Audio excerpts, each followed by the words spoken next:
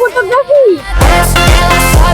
আমি তোমার এত দূর থেকে এসছো আজকে কোচবিহার? সব সময় দেখি, এই তো আমি ফলো করে রেখেছি আগে থেকে।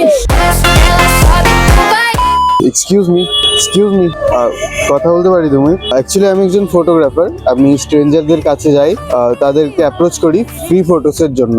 যদি তুমি চাও তোমার কিছু ছবি তুলতে পারি এখন। ঠিক আছে বলো। আচ্ছা, তোমার নাম? পায়েল সরকার।